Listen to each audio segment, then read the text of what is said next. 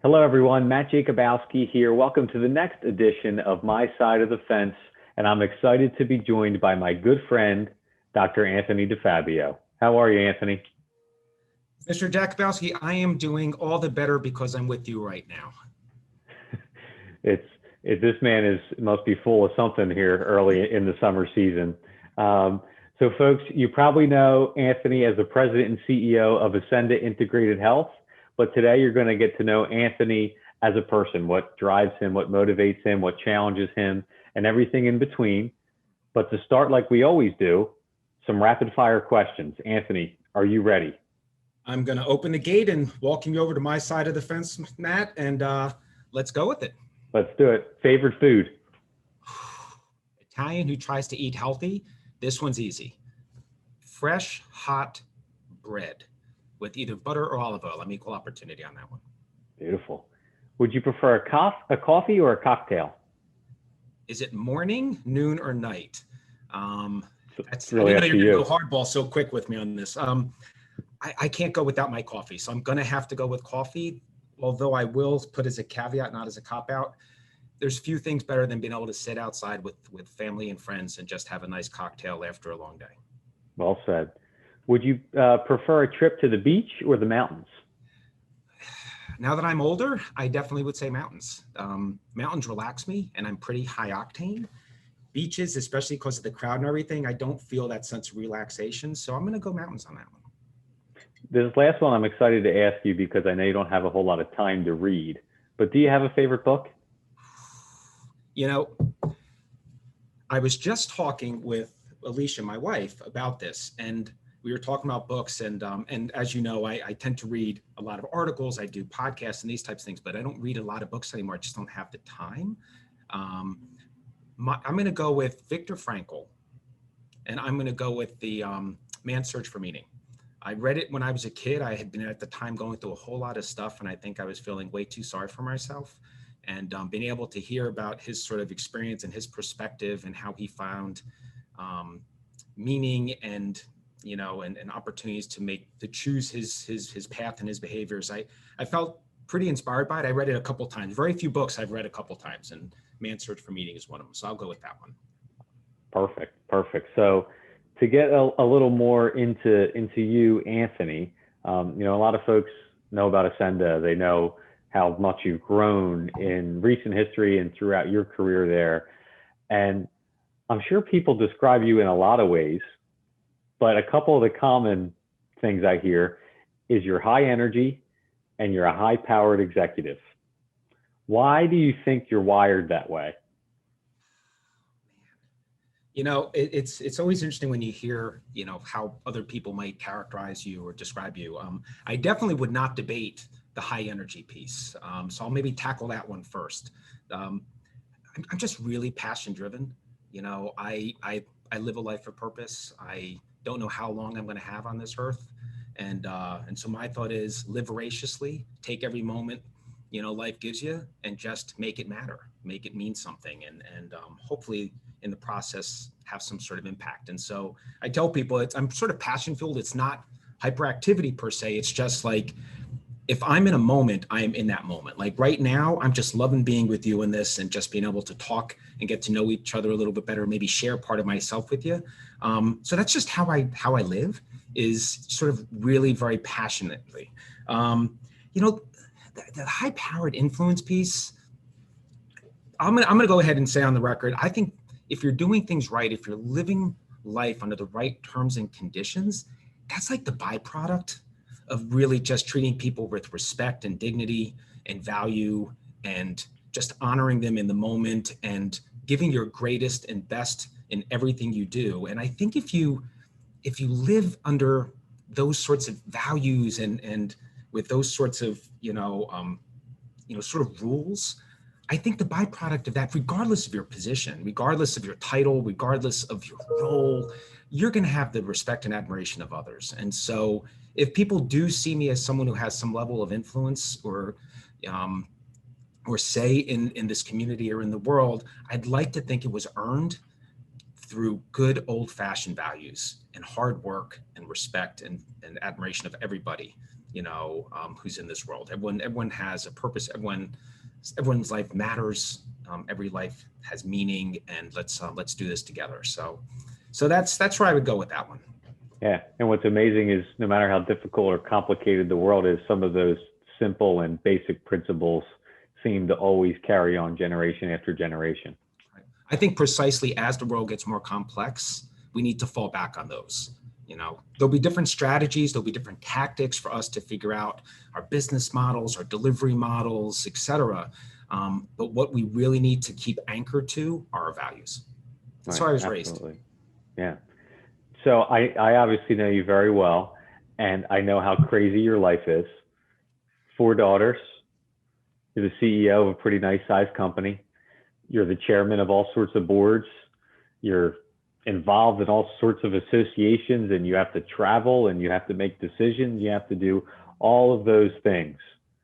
Do you ever get tired? If you asked me that about 15 months ago, I probably would have said, nah, I don't really get tired. But the last 15 months have been a little bit tiring. And so, I'll sort of explain it where I come from in a way that would have my daughters make fun of me. We talked before about energy. And I do think that I am someone who prides myself on, jumping out of bed in the morning. And I love going to work. I love going home. Anything I do, I just do, with a high energy and a high drive. And in that respect, so I think the question has been like, where do you get that energy from? And I said, I sort of a metaphor. It's like almost like a jet engine where you have all of this air that's coming in from around, and then it gets compressed. And then you mix that with your fuel, which for me is my passion and purpose. And then it just propels you forward.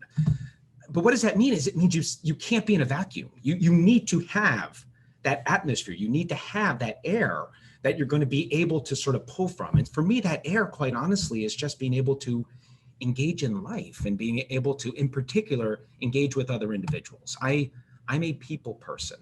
And so I'm the person who, when I'm at the grocery store, I'm like looking the cashier in the eye and saying, how are you doing today? Because I really want to make sure that they're feeling respected and, and have an opportunity to sort of put themselves out there and not just be, someone who I expect to just serve upon me, like I want to really share that moment.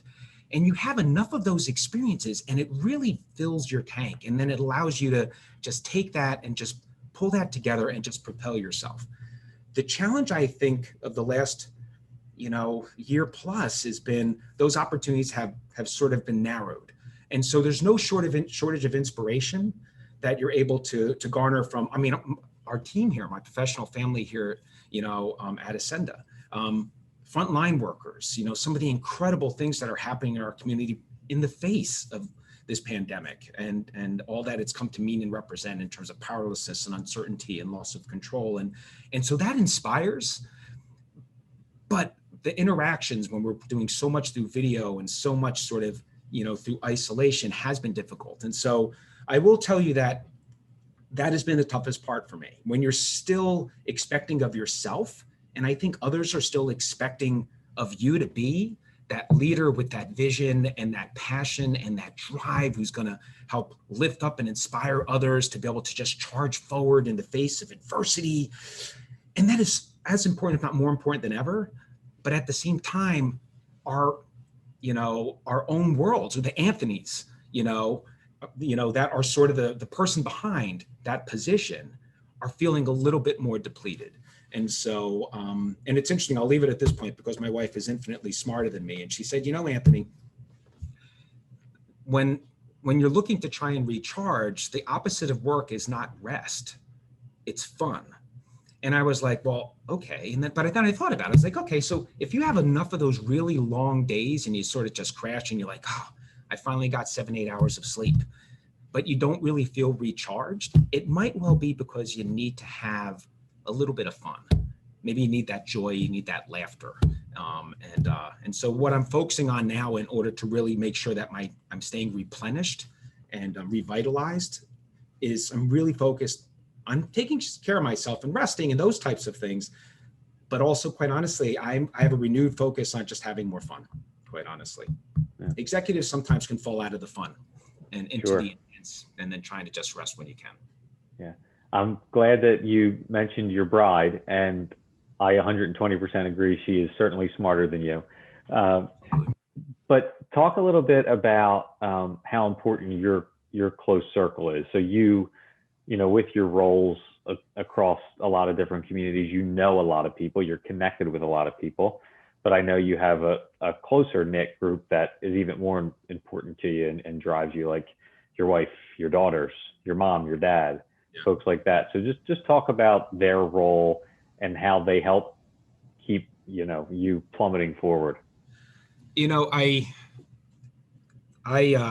can't speak enough about Alicia and Sophia, Madalena, Ariella, and Carly, and even Willow. You know, our dog, who of course is a female as well. I mean, they're my world, right? They're that beacon, that light that sort of pulls me back when things are going all over the place. But I think, and I think a lot of other executives would say this as well, in some instances, precisely because we might have some level of prominence in the community, we might be more recognizable, and people might even know us as the chair of this board, the CEO of that company. And so a lot of times when I'm out and about, it's privilege, it's amazing, it's humbling, it's wonderful. I wouldn't trade it for the world, but I know that part of me always has to be Dr. DiFabio, CEO type of thing. And so, and what that means is, for as much as I value that, it makes it all the more important for me to have that core group where I can just be Anthony. You know, I don't have to always have an answer. I don't have to, always present myself a certain way. Not that I'm ever trying to be artificial in the community, but there's always some level of filter. And so for a multitude of reasons, more than I can ever try and express within the limited time we have, they're just my world and they're my passion and they're my fuel. But they know me as Anthony more than anyone else. And they love me precisely because of Anthony. In fact, they don't take my crap. My wife said, you might be the CEO or the chair there, but you're not here. And that's important. It kind of keeps your feet on the ground. It allows you to not take yourself too seriously. And it really allows you to just make sure that you just have that constant reminder that we're all people first. And at the end of the day, how can we be about other families, other friends, other community members if we're not focused and there with our own family members and community, and our best friends, if you will, and cherished others. So Yeah, and I'm glad you went there, because the reason I started this show is, one, I want people to learn from dynamic folks like you, but I also think that there are a lot of assumptions made on the outside looking in at someone who has your position, who has your accomplishments. And I think one of those things when people look at you is, wow, he really has his act together, and he always has it all figured out. And I would argue you do more than most have a lot of things figured out, and you're savvy in a lot of different ways, from from people to business and everything in between. But are there ever times that you do feel lost or confused or recognize what your weaknesses are? my weaknesses, absolutely. I at the polarities of of leadership. I think you a lot of times see two different caricatures, one of which gets some attention, is that sort of deluded narcissist who thinks they can't do anything wrong and the world revolves around them. And then at the other side of that polarity, Matt, is the CEO who quite honestly might even have, a pretty significant insecurity and feels like they always need to prove themselves. They're the ones who come off the stage and say, I hope I didn't say that wrong or mess that up, and feels like they're constantly needing to sort of reassert and reprove themselves. And then there's obviously gradients in between. I'm most certainly at the latter polarity where, I am constantly sort of wrestling with, am I living up to the privileged position that I've been put into? Am I doing everything I can with and for those staff that are relying on me to try and help them to be able to provide for their own families, even as they're trying to support others and the communities we serve, et cetera. So there is, I'm not going to sit here and ever just say, oh yes, no. I mean, I think one of my strengths is my vulnerability, and in some respects, my insecurity. I just don't surrender to it. I use that as really a driver for me to continue to, in a very deliberate, purposeful way, do the best I can, bring the best I can. Now, that said, I don't think I ever feel lost. I think if life puts you down a curve that you weren't expecting, congratulations, you just are being introduced to something you might not have otherwise experienced if everything went according to plan. And so I'm not someone who who lives like regrets. I don't believe in regrets. Learn from a mistake, or if something happened as you didn't expect, opportunity, purpose, meaning that comes with it. Where I do struggle and where I do sometimes feel frustrated is when you're someone who really has a very strong vision and very strong strategic mind. And I see the world through a lot of high level strategy and positioning and tactics and positioning, right? I'm a chess player.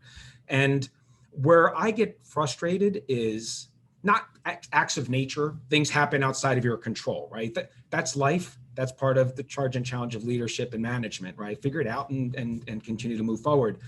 Where I get most frustrated is when other individuals fall short of their responsibilities and obligations within their positions, when they have every opportunity to be able to help advance, or grow or develop or improve or strengthen, and then they squander that.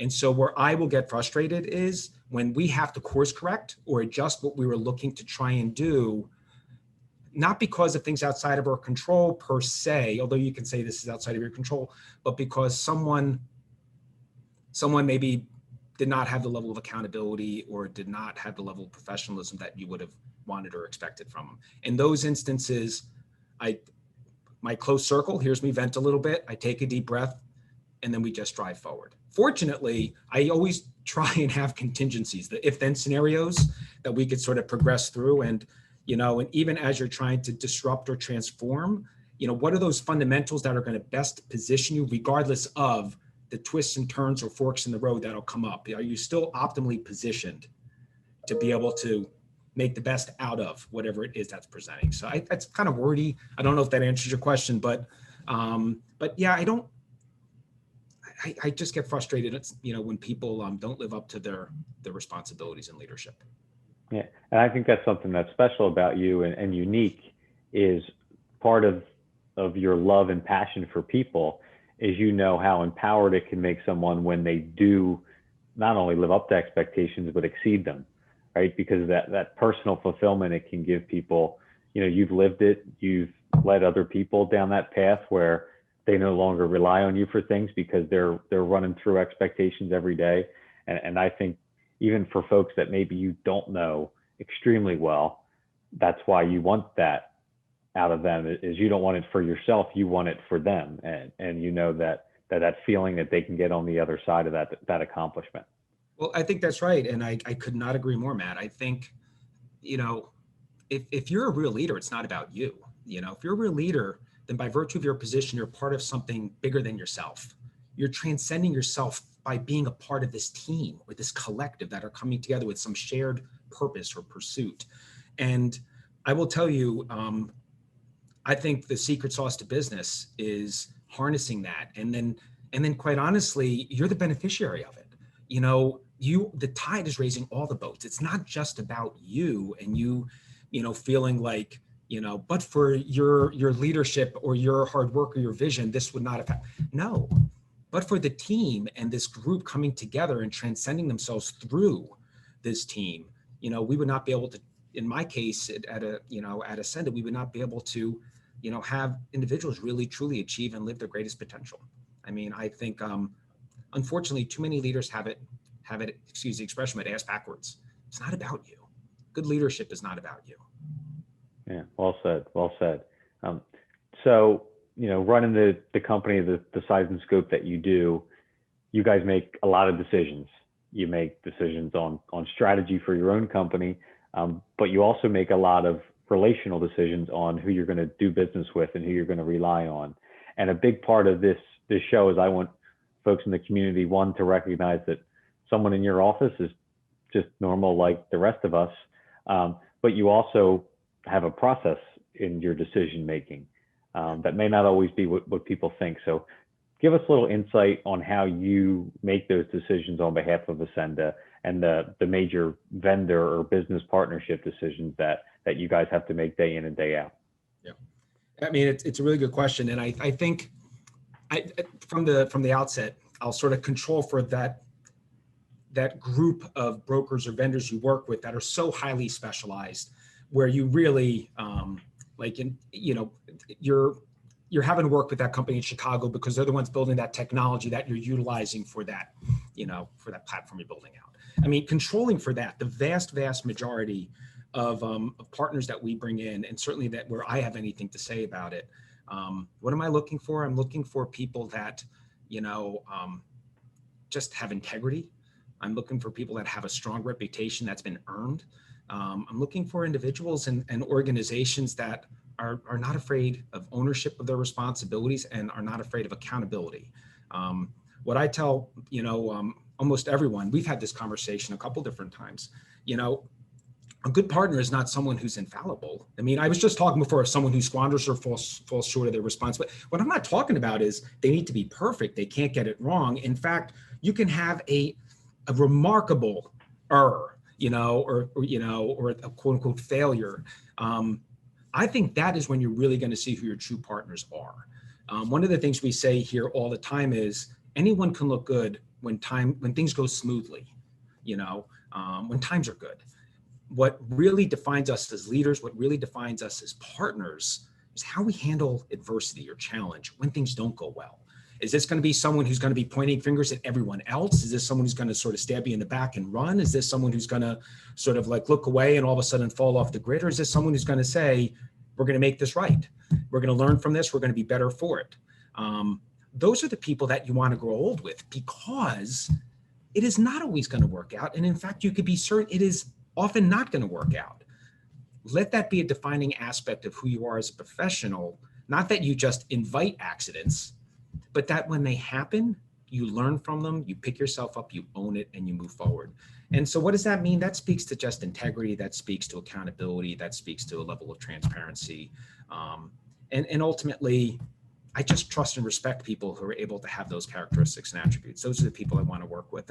And then the last thing, quite honestly, to your point, when you have so many hundreds of people doing amazing things and you can only be aware of, just a small amount of what's happening, I need to know if it's someone we're partnering with, that if it bubbles up to me and I'm now aware of it, that it's going to be addressed. So to be able to sort of make that call or reach out and say, we have an issue, we need to go ahead and get this fixed real quick, and to make sure that is an effective strategy. My job fundamentally is to give my staff the support and resources they need to do the job. And if, a partner is standing in the way of their ability to do a job, then my responsibility is to make sure that they go from hindering to helping them to be successful. Yeah. And just a little takeaway, again, something more unique to you from that is, in that whole description, you said nothing about gray hair or experience, about size and scope of company. You said none of those things. It was all about the individual, and then you relying that all of the power that lies behind them in their own organizations is brought to you. And I think you're a great example of that, right? Because there's always a lot of assumptions when young people get into business or in any industry that, oh, well, it's going to take a long time. Well, you're a great example of someone who worked his tail off and had 4 jobs at once, and then was one of the youngest CEOs in the history of your industry. And I'm sure people had a lot to say about that at the time.